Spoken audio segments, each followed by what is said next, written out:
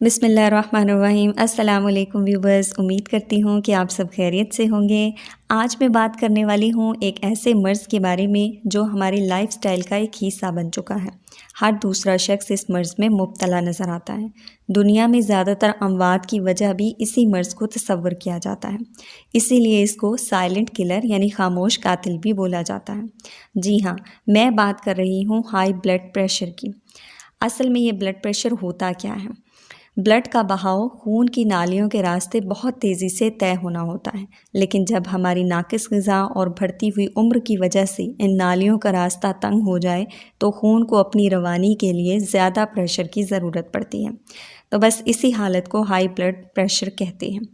Blood pressure کی وجہ سے جسم کے دوسرے آرگنز بھی متاثر ہو سکتے ہیں، جن میں گردوں کی خرابی، دل کے امراض اور کولیسٹرول لیول کا بڑھ جانا وغیرہ شامل ہیں۔ ویورز، عام طور پر اس کی علامات میں جسم اور پٹھوں میں کھچاؤ، سر درد کا ہونا، دل کی دھڑکن کا تیز ہونا، کانوں میں بھی دل دھڑکنے جیسی آوازوں کا محسوس ہونا، بہت زیادہ غصہ آنا، چڑچڑاپن، بعض اوقات چکر آنا، آنکھوں کے آگے اندھیرا چھا جانا، کمزوری کا ہونا اور امراض معدہ کی علامات وغیرہ شامل ہیں۔ اب رہا سوال کہ ہائی بلڈ پریشر کی وجوہات کیا ہیں، تو اس میں بنیادی طور پر نامناسب طرز زندگی، ناقص غذا کا حصول، ڈپریشن، پانی کا ضرورت سے کم پینا، نیند کا خیال نہ رکھنا اور بڑھتی عمر بھی اس کی وجوہات میں شامل ہے۔ یاد رکھیں ویورز کہ بلڈ پریشر کی وجہ سے خاص کر گردے، تھائرائیڈ اور شوگر کا مرض بھی لاحق ہونے کا خدشہ بڑھ جاتا ہے، لہٰذا اس کا علاج کروانا بہت ضروری ہے، کیونکہ جب ایک مرتبہ یہ مرض لاحق ہو جائے تو پھر بلڈ پریشر عمر بھر ساتھ ساتھ چلتا رہتا ہے۔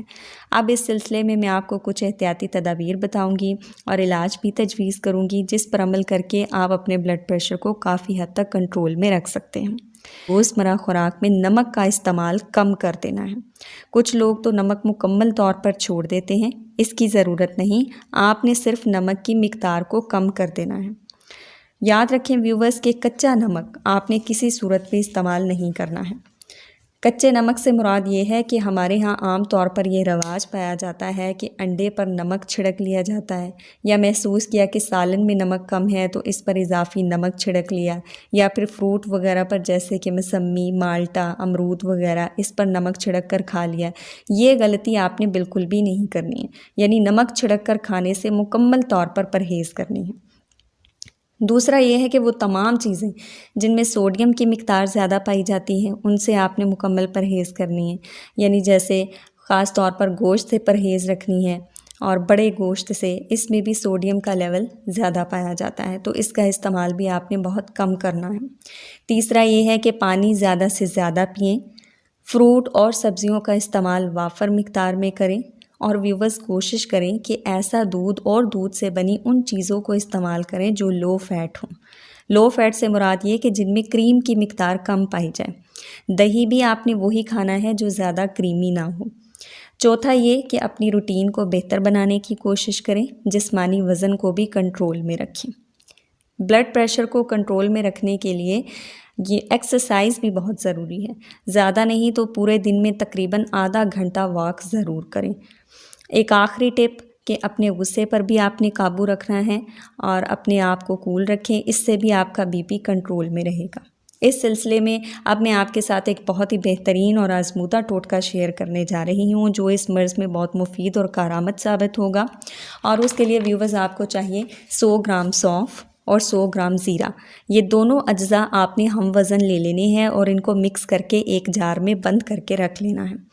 اب کیا کرنا ہے کہ جب آپ صبح اٹھتے ہیں تو آدھا چمچ آپ نے صبح نارمل پانی کے ساتھ اس کو کھا لینا ہے، اور آدھا چمچ آپ نے رات کو کھانا ہے۔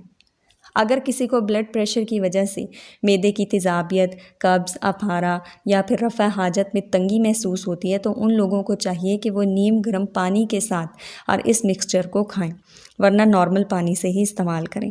15-20 دن کے استعمال سے ہی آپ کو واضح فرق محسوس ہوگا، لیکن شرط یہ ہے کہ اس ٹوٹکے سے پہلے بتائی گئی احتیاطی تدابیر پر لازمی طور پہ آپ نے عمل کرنا ہے۔ تو یہ تھی ویورز ہماری آج کی ویڈیو، امید کرتی ہوں کہ آپ کو لازمی پسند آئی ہوگی۔ اس کے علاوہ اگر آپ کسی بھی معاملے سے متعلق رہنمائی حاصل کرنا چاہتے ہیں تو ہمیں لازمی کمنٹ باکس میں اپنی رائے سے آگاہ کریں، جس کو ہم یقیناً اپنی ویڈیوز کا حصہ بنائیں گے۔ تو آپ سے ریکویسٹ ہے کہ ہمارے چینل کو سبسکرائب کرنا مت بھولیے گا۔ اپنا خیال رکھیے۔ اللہ حافظ۔